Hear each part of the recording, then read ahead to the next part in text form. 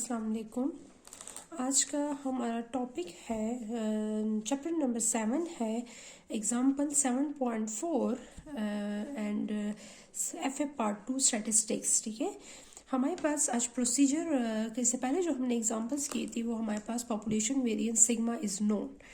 इसमें हमारे पास है procedure for hypothesis testing about mu when sigma is unknown. अगर हमारे पास पॉपुलेशन वेरिएंस सिग्मा अननोन हो तो हम फिर क्या करेंगे? ठीक है, फिर हम जेड डिस्ट्रीब्यूशन यूज करेंगे कि टी डिस्ट्रीब्यूशन यूज करेंगे। तो हमारे पास यहाँ पर अगर सिग्मा अननोन हो तो हमने सैंपल साइज को देखना होगा। अगर सैंपल साइज ग्रेटर देन 30 है तो हमने जेड डिस्ट्रीब्यूशन यूज करना होगा। और पॉपुलेशन वेरिएंस जो अननोन है उसको हमने सैंपल वेरिएंस से एस्टिमेट करना होगा। Mean sample variance is the estimator of the population variance. ठीक है, अगर हमारे पास सिग्मा अननोन हो और सैंपल साइज लेस देन 30 हो, in this situation we use T distribution.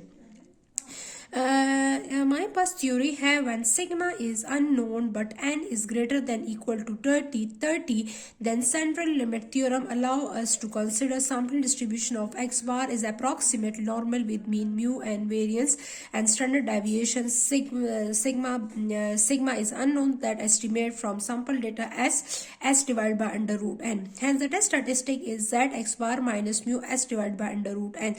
Only sigma is replaced by s. All the other step of hypothesis testing procedure are exactly the same as when sigma square is known. हमारे पास क्या है? Sigma square अगर unknown हो और sample size greater than 30 हो, जिस situation में हम क्या यूज करेंगे? हम जेड डिस्ट्रीब्यूशन यूज करेंगे। और जेड डिस्ट्रीब्यूशन में हमारे पास जो डिनोमिनेटर में स्टैंडर्ड एरर है हमारे पास, तो स्टैंडर्ड एरर में हम सिग्मा की जगह रिप्लेस करेंगे सैंपल वेरिएंस एस। ठीक है, capital S divide by under root N. Just हमने ओनली सिग्मा को रिप्लेस किया एस से, और बाकी ऑल टेस्टिंग हाइपोथेसिस में जो 6 स्टेप्स है, बाकी सारे स्टेप्स जो होंगे वो हमारे पास सेम होंगे। अब हमने इस क्वेश्चन में, ये क्वेश्चन हमें क्या कह रहा है? Example 7.4, Example 7.4, the daily yield for a local chemical plants has averaged 880 tons for the last several years. The quality control manager would like to know whether this average has changed in recent months. She randomly selects 50 days from the computer database and computes the average and standard deviation of the N30.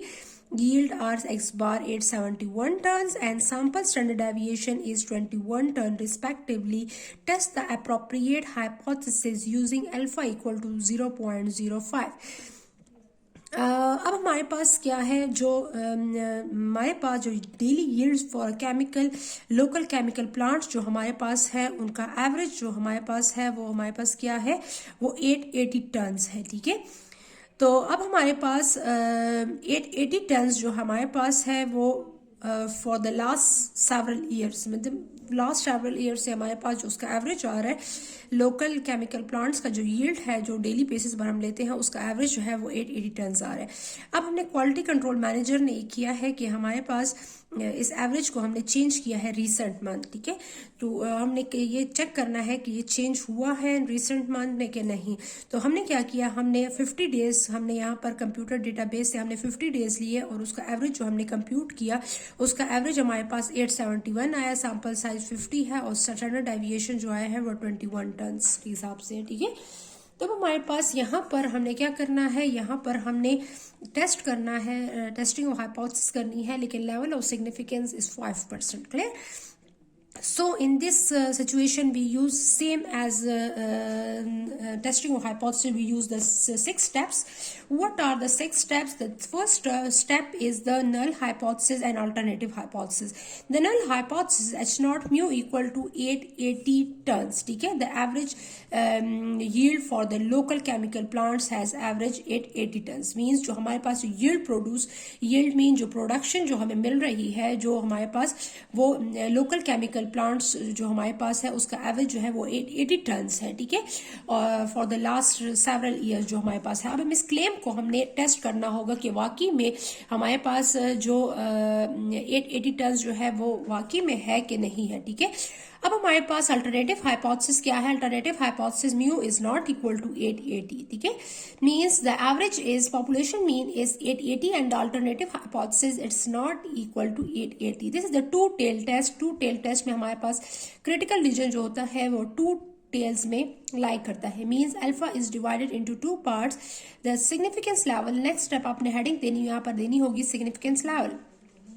Significance level is given in the question alpha equal to 0.05, here 0.05. But यहाँ पर हमारे पास to tail test है. जब not equal आता है तो ये हमारे पास टू टेल टेस्ट होता है, ठीक है. जब लेस देन या ग्रेटर देन आता है तो ये हमारे पास वन टेल टेस्ट कंसिडर होता है. अल्टरनेटिव हाइपोथेसिस की बेस पर हमने one tail and two tail जो है वो हमने इसका ग्राफ जो है वो ड्रॉ करना होगा. क्लियर?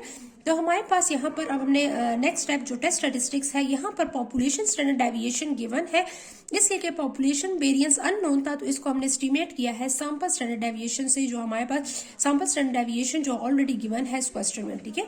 तो हमने यहाँ पर लिखना होगा और सैंपल साइज जो है वो भी हमारे पास 50 है. तो अगर पॉपुलेशन वेरिएंस अननोन है तो हमारे पास सैंपल साइज को हमने चेक किया तो सैंपल साइज भी ग्रेटर देन 50 आ रहा है. तो ग्रेटर देन 50 आ रहा है, it's mean we use Z distribution. Z equal to x bar minus mu S divided by under root n.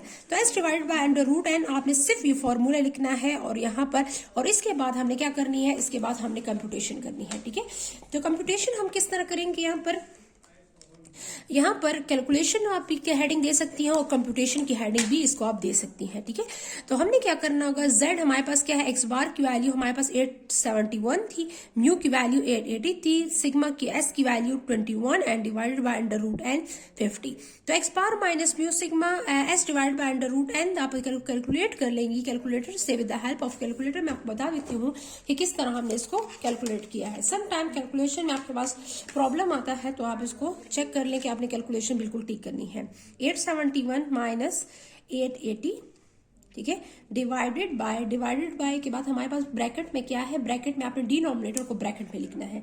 21 divide by under root 50, ठीक है. तो ये हमारे पास इसका आंसर देखिए, सॉरी 871 माइनस 880, इधर से आंसर आ रहा है -9, इधर से -9 और डिनोमिनेटर को डिवाइड करते हैं 21 डिवाइडेड बाय अंडर रूट 50. इधर से आंसर आ रहा है 2.96, तो 9 डिवाइडेड बाय 2.96 तो यहाँ पर आ रहा है 3.03, ठीक है. लेकिन यहाँ पर नेगेटिव साइन इसलिए आएगा कि ये बड़ी वैल्यू है तो छोटी से बड़ी वैल्यू जो सब्ट्रैक्ट होगी तो यहाँ पर नेगेटिव जरूर आएगा. तो -3.03 आप इसको कैलकुलेट कर लेंगे, ठीक है. अब हमारे पास क्रिटिकल रीजन हमने किस तरह फाइंड, रिजेक्शन रीजन हमने किस तरह फाइंड करना होगा या क्रिटिकल रीजन किस तरह फाइंड करना होगा, तो ये मैं आपको बताती हूँ कि आपने किस तरह इसको कैलकुलेट करना होगा, ठीक है. इधर जो दिया हुआ है इसी प्रोसीजर को, इसमें थोड़ा सा कंफ्यूजन होता है तो इसलिए हम इसको यहाँ पर दोबारा कर लेते हैं. यहाँ पर हमारे पास 5th नंबर स्टेप जो है वो हमारे पास क्या है, क्रिटिकल रीजन, ठीक है. तो क्रिटिकल रीजन हमारे पास क्या है, टू टेल टेस्ट है. तो टू टेल टेस्ट में हम क्रिटिकल रीजन किस तरह कैलकुलेट करेंगे, क्रिटिकल रीजन हम इस तरह कैलकुलेट करते हैं कि यहाँ पर हमारे पास उसके लिए absolute Z is greater than Z alpha divided by 2, ठीक है. This is the critical region for two tail test है. ये एब्सोल्यूट Z आएगा और यहाँ पर Z अल्फा बाय 2 आएगा. आप यहाँ पर रफ वर्क में आप थोड़ा सा इसका होमवर्क कर सकती हैं. रफ वर्क में हमने क्या करना होगा, सबसे पहले हमने 0.5 से अल्फा बाय 2 टेल टेस्ट है तो अल्फा बाय 2 होगा. जब 1 टेल टेस्ट होगा तो हम अल्फा को सबट्रैक्ट करेंगे. अब यहाँ पर 0.5 माइनस 0.05 को डिवाइडेड बाय 2 करेंगे तो 0.05 डिवाइड बाय 2 से क्या आएगा, 0.025, ठीक है.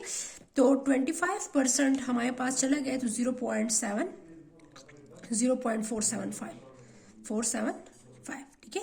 तो ये हमारे पास इसको सब्ट्रैक्ट करने से रिजल्ट आता है 0.475. अब आपने इस वैल्यू को टेबल की बॉडी में सर्च करना होगा कि टेबल की बॉडी में सर्च किस तरह करेंगे.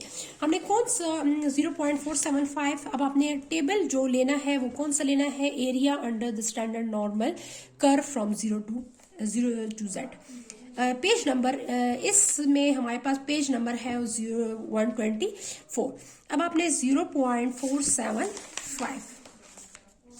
0.475 ये वैल्यू आपके पास आ रही है 0.475। तो 0.475 किस रो में आ रहा है? 1.9 में। और 0.475 किस में आ रहा है? ये 6 नंबर का कॉलम है, ठीक है। 0.475 ये 6 नंबर। अब यहाँ पे नहीं है तो यहाँ पे भी आपके पास देख सकती है उसको, ठीक है। 0 1 2 3 4 5 6 यहाँ से भी आप काउंट कर सकती हैं। 0 1 2 3 4 5 6 तो 6 नंबर का ये वैल्यू जो है यहाँ पर आपके पास 1.9 और 6 में आ रही है। तो 1.96 जो होगी वो इसी क्या होगी? Z अल्फा बाई 2 की वैल्यू होगी, ठीक है। Z अल्फा बाई 2 की जो वैल्यू होगी वो क्या होगी? 1.96, ठीक है।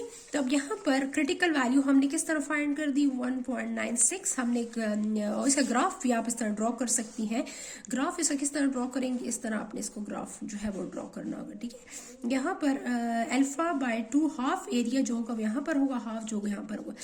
1 minus alpha, this is the acceptance region. ये हमारे पास एक्सेप्टेंस रीजन है, ठीक है। और यहाँ हमारे पास this is the rejection region. ये भी रिजेक्शन रीजन है और ये भी रिजेक्शन रीजन है, ठीक है। तो ये हमारे पास रिजेक्शन रीजन आ गया। अब हमारे पास ये वाली वैल्यू कौन सी होगी? ये -1.96 और यहाँ पर +1.96। तो 1.96 से जो अबव वैल्यू होगी या 1.96 से जो बिलो वैल्यू है, ये कौन सा एरिया है? ये हमारे पास वो एरिया है जिसमें अपना हाइपोथेसिस जो है वो हम रिजेक्ट करते हैं। अगर इस वैल्यू पे एग्जैक्ट यही वैल्यू भी आ जाए 1.96, तब भी आप अपना हाइपोथेसिस रिजेक्ट करें। इसलिए कि ये थ्रेशोल्ड वैल्यू है, ये क्रिटिकल वैल्यू है जो कि एक्सेप्टेंस और रिजेक्शन रीजन को डिवाइड करती है। जो एक्सेप्टेंस और रिजेक्शन रीजन उसको सेपरेट करती है कि ये इस एरिया से अबव एक्सेप्टेंस, इस एरिया से बिलो जो है वो रिजेक्शन। तो ये वो एरिया है, ठीक है। तब हमने क्या करना है? यहाँ पर 2 टेल टेस्ट, जाहिर बात है हमारे पास 0 to यहाँ पर 0 to -इन्फिनिटी और 0 to +इन्फिनिटी, ये एरिया और ये एरिया जो है इसकी हमारे पास प्रोबेबिलिटीज जो है वो सेम है, ठीक है। इसलिए हमने यहाँ पे क्या लिया? यहाँ पे मैंने एब्सोल्यूट लिया है। अब यहाँ पर क्या वैल्यू आई है Z की? यहाँ पर हम Z की वैल्यू नहीं लिखेंगे बल्कि हमारे पास ऑलरेडी कैलकुलेट हो गई है Z की वैल्यू। Z की वैल्यू क्या आई है? -3.03। तो -3.03 एब्सोल्यूट लेने के बाद 3.03 वैल्यू आएगी। तो 3.03 is greater than 1.96। Yes, 3 is greater than 1.96। So in this situation we reject our null hypothesis, ठीक है। इसमें क्या होगा? रिजेक्ट होगा नल हाइपोथेसिस। अगर ये वैल्यू ग्रेटर हुई तो रिजेक्ट होगा। इस मीन कि आपकी 1.96 जो वैल्यू ग्रेटर है वो किस रीजन में लाई कर रही है? इस रीजन में लाई कर रही है, ठीक है।